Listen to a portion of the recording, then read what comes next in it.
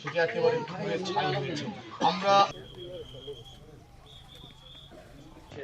এখানে অফিসে যা যা থাকা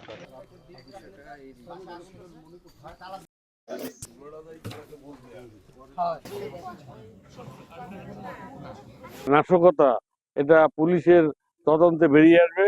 আমার মনে হয় পুলিশ একটু সক্রিয় হলে মূল বিষয়টি বেরোয় যাবে এবং প্রকৃত লোকের আমরা শাস্তি দাবি করছি, যাতে দেশের এরকম কোনো ক্ষতি না হয় আর কোনো নাশকতা না হয়। এইভাবে এত বড় বড় এই ঘর প্রতিষ্ঠান জ্বলে যাবে, ধ্বংসস্তূপে পরিণত হবে, এটা আমার আর চাই না।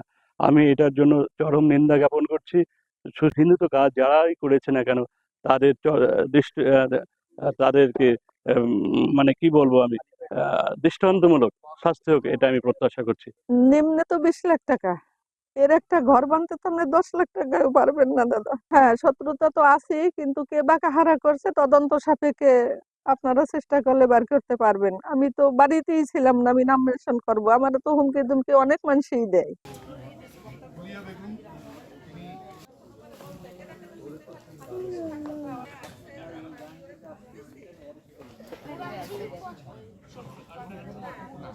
আগুন